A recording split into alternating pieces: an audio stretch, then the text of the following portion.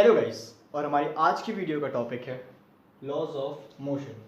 तो हमें शुरू से यही पता है कि laws of number of laws कितने हैं हमारे मोशन में, 3 लॉज हैं। उससे पहले हम कुछ बेसिक टर्म्स को डिफाइन करेंगे। क्या है वो बेसिक टर्म्स? सबसे पहले तो फोर्स। फोर्स क्या होती है? फोर्स की डेफिनेशन होती है force is a physical cause that either changes the size और द शेप और द स्टेट ऑफ रेस्ट और motion of a body. Force वो ऐसी फिजिकल कॉज होती है जो या तो किसी भी ऑब्जेक्ट का साइज, शेप, स्टेट, स्टेट क्या होता है या तो रेस्ट या मोशन चेंज कर दे।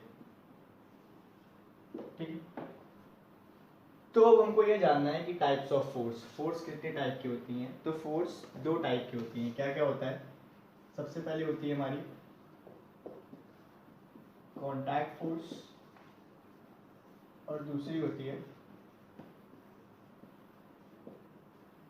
Non contact force. तो कॉन्टैक्ट नाम से समझ में आ जाता है। तो कॉन्टैक्ट फोर्स क्या होती है कि जिस फोर्स को जब अप्लाई करा जाए किसी ऑब्जेक्ट पे तो उनके बीच में एक कॉन्टैक्ट बनना चाहिए।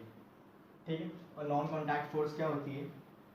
जैसे कोई भी फोर्स किसी ऑब्जेक्ट के बीच में लगे लेकिन उनके बीच में कोई डायरेक्ट कॉन्टैक्ट नहीं हो रहा है। तो अब एग्जांपल अगर लें कॉन्टैक्ट फोर्स का, तो क्या होता है? फ्रिक्शन। इसलिए ये कॉन्टैक्ट फोर्स में आया। और इसका एग्जांपल ले तो जैसे ग्रेविटेशन, मेरे ऊपर ग्रेविटी लग रही है लेकिन उसका मेरी बॉडी से कोई कॉन्टैक्ट नहीं है। अब हम स्टार्ट करते हैं टाइप्स ऑफ फोर्स का, कॉन्टैक्ट फोर्स और नॉन कॉन्टैक्ट फोर्स के एग्जांपल। तो सबसे पहला एग्जांपल कॉन्टैक्ट फोर्स का फ्रिक्शन।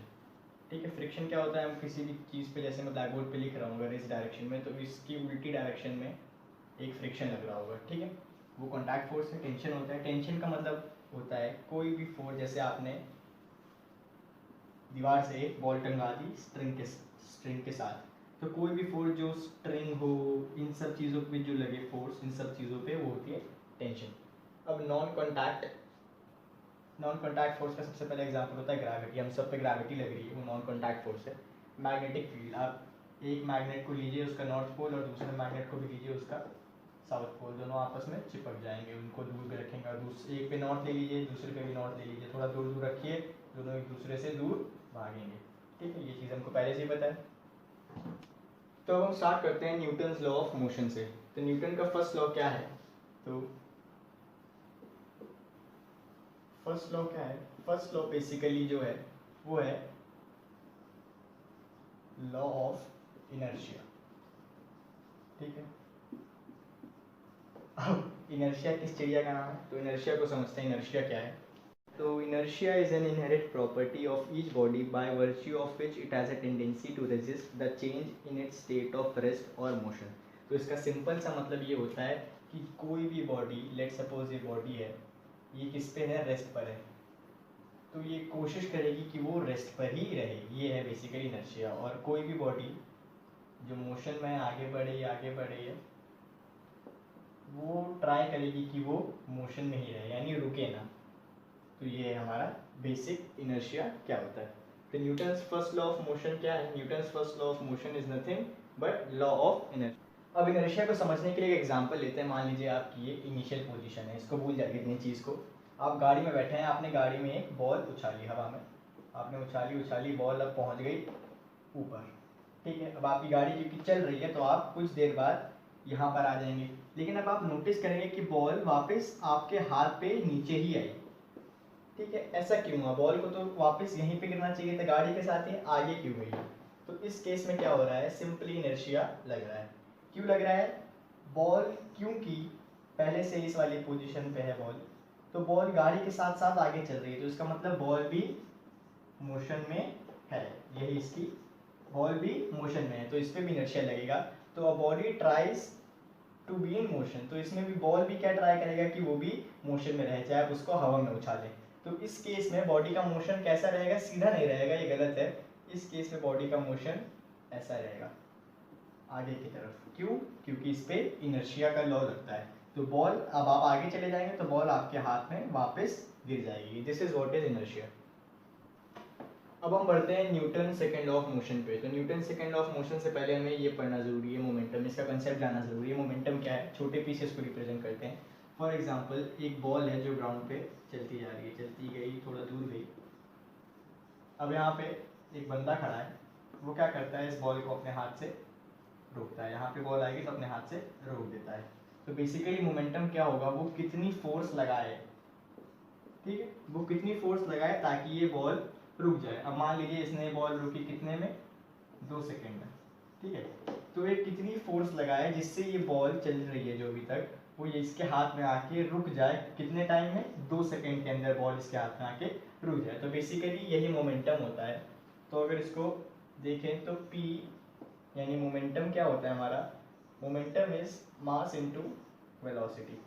ये हमारा मोमेंटम का फॉर्मूला होता है। इससे हमें दो चीज़ें और पता चल रही हैं, that momentum is directly proportional to mass of the body and momentum is directly proportional to velocity of the body, momentum की, ठीक है। तो एग्जांपल लीजिए, ये एग्जांपल है कि लेट सपोज एक ऑब्जेक्ट है जिसका मास था m, उसके यहाँ पे वेलोसिटी पी यू आगे गया, इसका मास m, तो मास सेम रहेगा और यहाँ पे वेलोसिटी हो गई v।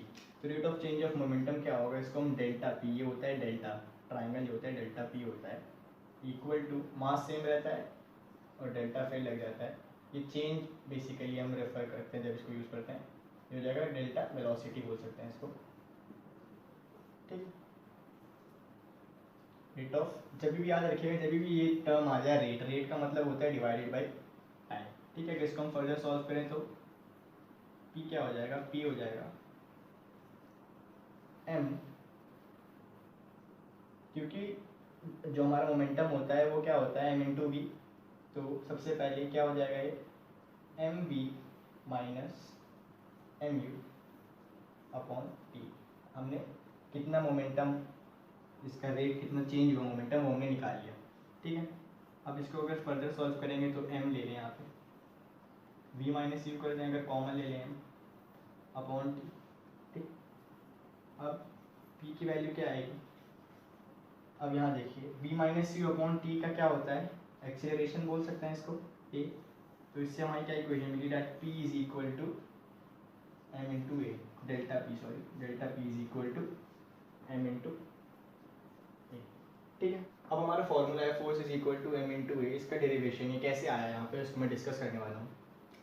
तो हमारे न्यूटन सर ने 2 एक्सपेरिमेंट किए, तो उन एक्सपेरिमेंट से उनको 2 चीज़ें पता चली। क्या पता चली, that force is directly proportional to mass. कब, अगर एक्सेलरेशन बॉडी का कांस्टेंट है, ठीक है। ये थी उनकी फर्स्ट इक्वेशन।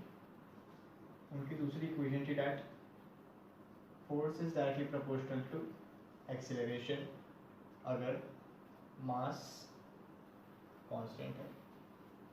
ये थी उनकी दूसरी इक्वेशन, ठीक है। अब अगर हम इन दोनों इक्वेशंस को कंबाइन करें तो हमें क्या मिल रहा है, force is directly proportional to mass into acceleration, ठीक है। ये दोनों कंबाइन करने से मिल रहा है। अब हमने पिछली वीडियो में चीज़ सीखी थी कि अगर प्रोपोर्शनल का साइन हटता है तो क्या यूज़ करते हैं, कांस्टेंट, ठीक है। यहाँ पे कांस्टेंट क्या आ जाएगा, k, ठीक है। अब अगर SI यूनिट में बात करते हैं तो k की SI यूनिट क्या होती है, k की SI यूनिट होती है 1, ठीक है। तो अगर इसको हम फर्दर सॉल्व करते हैं तो क्या आ जाता है, force is equal to mass into acceleration. तो ये चीज़ हमने डिराइव कर ली कि force is equal to mass into acceleration.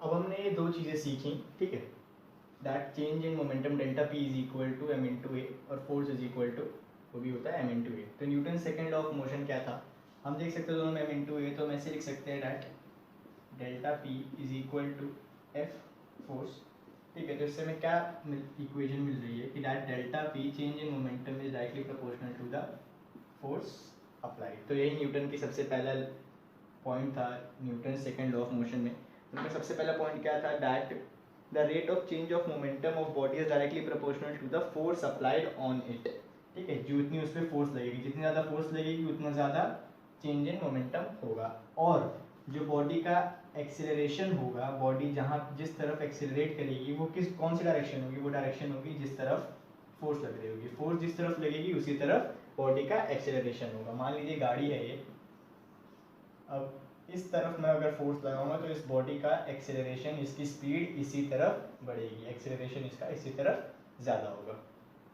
तो Newton's law of motion, third law of motion उनका क्या था, उन्होंने बोला था कि to every action there is always an equal and opposite reaction. इसका सिंपल सा ये मतलब होता है, मैं यहाँ पे इस बोर्ड को धक्का मार रहा हूँ, लेट सपोज मैं इस बोर्ड को धक्का मार रहा हूँ, उसकी फोर्स कितनी है 2 न्यूटन, ठीक है। मैं इस फोर्स को 2 न्यूटन से धक्का मार रहा हूँ, तो क्या हो रहा है, मैं इस फोर्स को, इस बोर्ड को अगर धक्का मार रहा हूँ तो उस बोर्ड की तरफ से भी मेरी तरफ एक फोर्स लग रही है, यानी ये बोर्ड भी मेरी तरफ एक फोर्स लगा रहा है।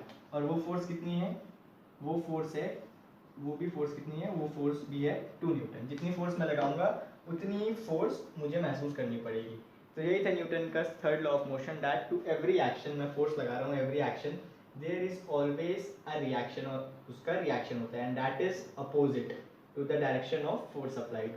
तो मैं इस अगर डायरेक्शन में फोर्स लगा रहा हूँ तो इसके उस तरफ से भी मेरी तरफ एक फोर्स लग रही होगी जो इक्वल होगी, यानी 2 न्यूटन की अगर फोर्स लगाऊंगा तो 2 न्यूटन की ही फोर्स मुझे झेलनी पड़ेगी। तो this is only Newton's third law of motion. तो इसी के साथ हम अपनी वीडियो के एंड पर आ गए हैं। होप आपके सारे लॉज ऑफ मोशन, तीनों लॉज हैं, वो आपको क्लियर हो गए होंगे। इस वीडियो का एक नेक्स्ट पार्ट भी है ग्रेविटेशन, उसकी मैं वीडियो पहले ही बना चुका हूँ, आप उसको देखिए अगर आपको पूरा चैप्टर कंप्लीट करना है। अगर आप उस वीडियो को देखते हैं तो force and laws of motion आपका पूरा कंप्लीट हो जाएगा। So please like my video, comment on this, share this, and please don't forget to press the bell icon. Thank you.